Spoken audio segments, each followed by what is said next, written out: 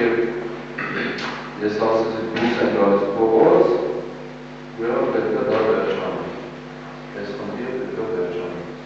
Մենք էլ որևէ երկրորդ, երրորդ, չորրորդ հնարավորություն չունենք իրագործելու կամ իրականացնելու։ Երբ Սրբազանը ասեց, որ դուրս են գալիս փողոց, ուրեմն հարցը փակված է։